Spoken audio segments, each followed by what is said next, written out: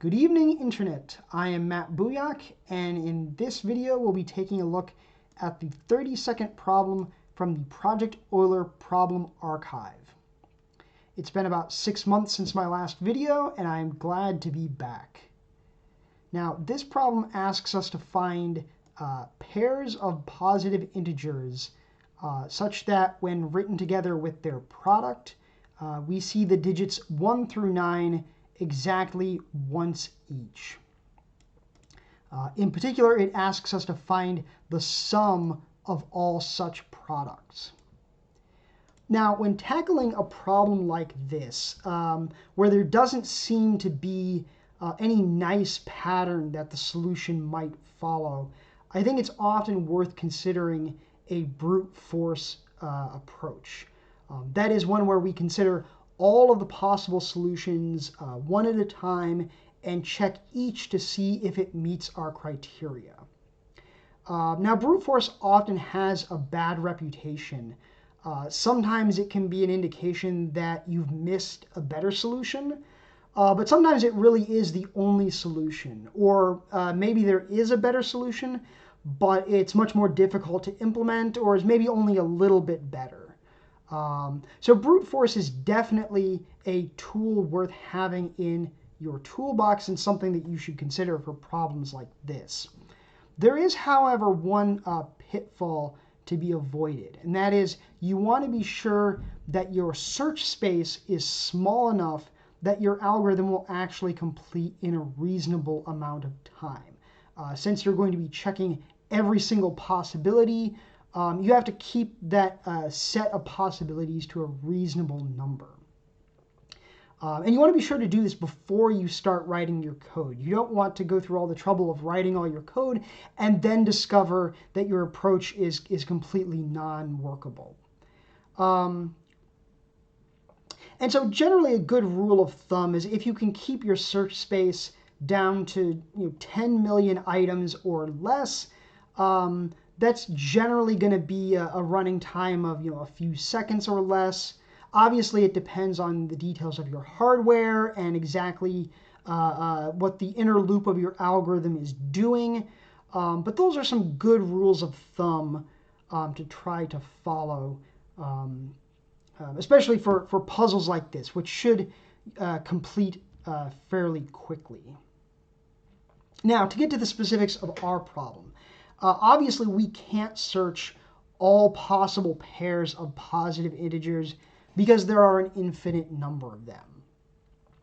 So we're going to have to come up with some upper bound on when it is that we're going to stop our search, and so we don't have to search forever. And the key observation here is that there's a relationship between the number of digits in our operands and the number of digits in our product. And in particular, they're going to be either the same or the operands may have one more digit than the product. As in this case, you can see the operands together have 5 digits and the product has 4 digits. And in fact, this is the configuration that all of our solutions must have.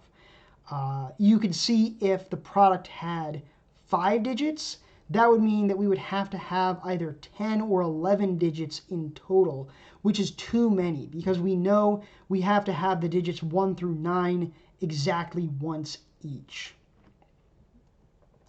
So with this observation in mind, we can come up with an estimate for the size of our search space. And we can do that by starting with the set of all 5-digit numbers. There are 90,000 of them. And we can take each and split it into 2 smaller numbers in one of 4 places. We can either split it after the first digit, after the second digit, as in this example here, after the third digit, or after the fourth digit. So that gives us a search space of 360,000. That is, we have 90,000 5-digit numbers. We can split them in 4 different places. That gives us 360,000. Now we can make one small improvement to that upper bound by observing that we can swap the order of our operands and get an equivalent solution. And so there are actually half as many possibilities that we actually have to try. So that's 180,000, plenty small enough for us to start writing some code. So as usual, we will copy our template directory to make our problem directory and open up our main.cpp. Now our program is going to be split into two parts. First, we're going to have this function. We'll call it isSolution, which is going to take two integers and check to see if they're a solution. And then there'll be our main function here, which is going to search over our search space and add up the results. You'll recall that our final answer is going to be the sum of all of the products. Okay, so this is going to take two positive integers. We'll call them A and B. And the first thing that we'll want to do is convert these into strings. It's easier to see which digits are in these numbers if we convert them to strings. And so we'll want to include string. And so we'll say constant string. We'll just call this left. And we'll say to string A, right, to string B, and product is going to be A times B. Okay, so now we're also going to need a set to keep our digits. So let's include set.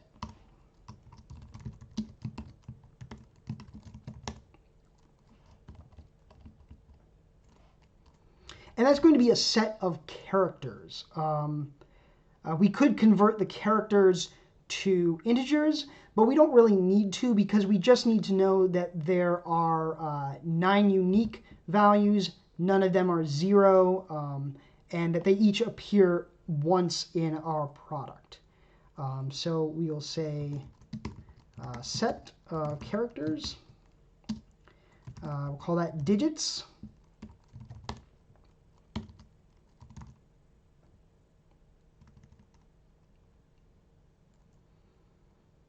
Actually, let me restructure this slightly.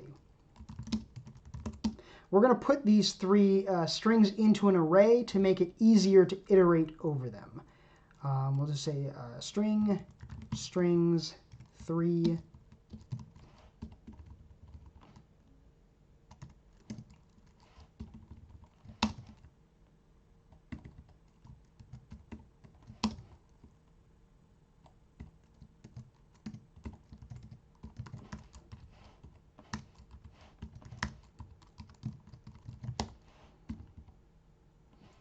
Okay, so now we can use the for each syntax to say for const string reference str in strings.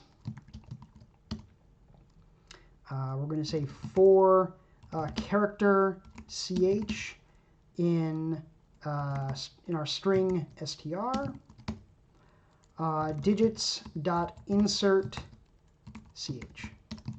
So we're just iterating over each of our strings and adding the characters into digits here. There actually is one check that we can make here. We can say if ch equals 0, return false. That is, if we find that one of our strings has a 0 in it, that's not allowed because we want to have the digits 1 through 9 once each with no zeros.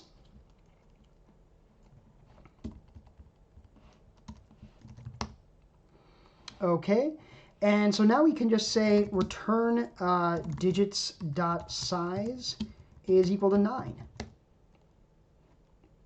Now there are a few assumptions in this this function here, because it assumes that we will have 9 digits in total. So we do want to make a note of that. That's okay.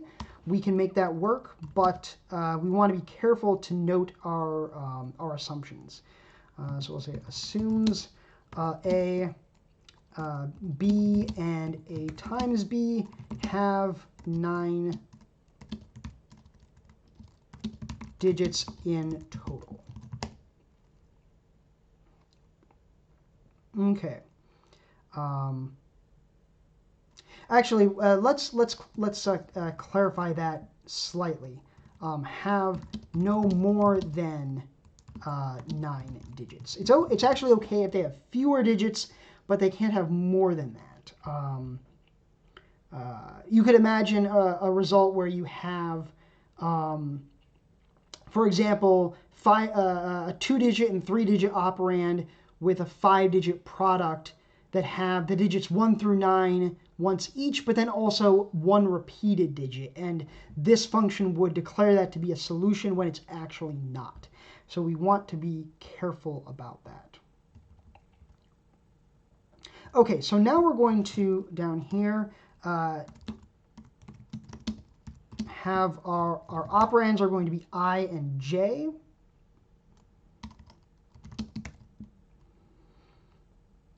So let's see, for our smaller operand, we want to start with that at 2.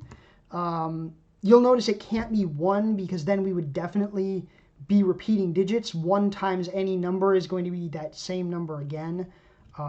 So that wouldn't work. And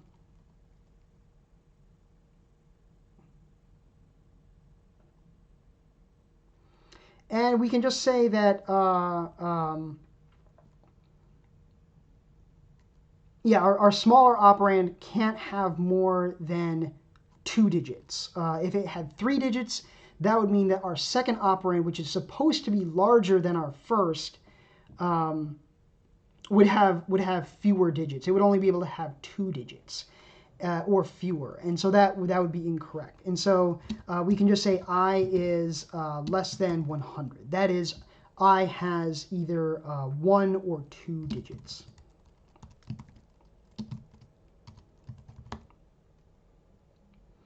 Okay. And then for j, we can just say j is equal to I plus 1. There's actually a way that we can improve this that I'll look at in just a moment. But for now, this will be perfectly fine to just set j equal to 1 greater than I. And then we want I times j to be to have no more than 4 digits. And so we'll say I times j is less than 10,000 plus j.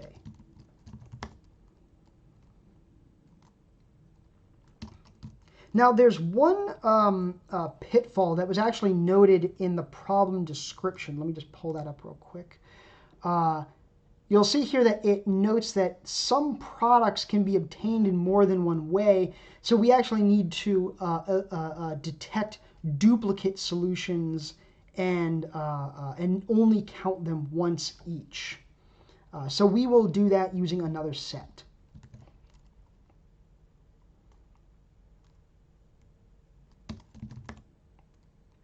We'll say, let's see, std set uint32t, and that's going to be solutions. So now we can just say if is solution I comma j solutions dot insert I times j. And because this is a set, it will automatically avoid adding the same item more than once.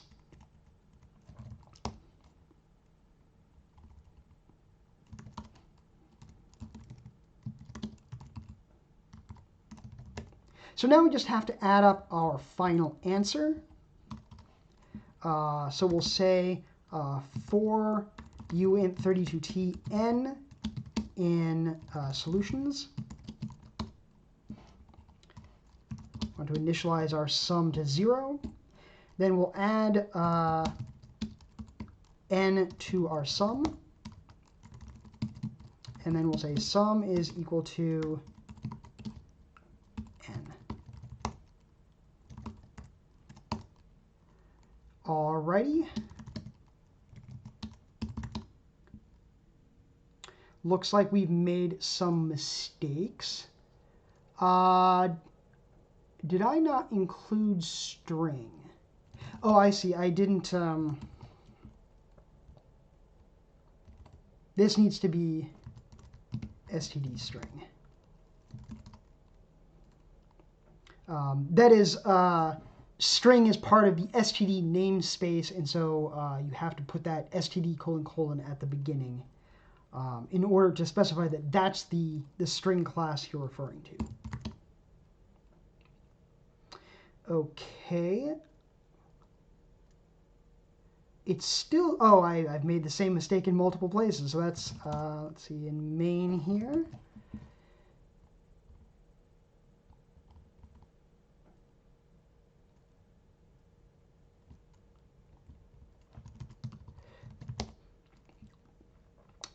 Now, one possible alternative is I could just say using std string up at the top of this file, and then I wouldn't have to do this. But just as a matter of style, I usually prefer to keep this std : prefix rather than putting the using statement at the top.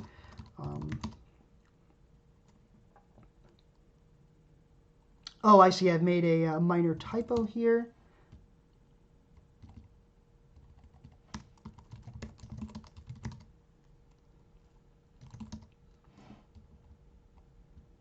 And that's right. We want to print sum, not n.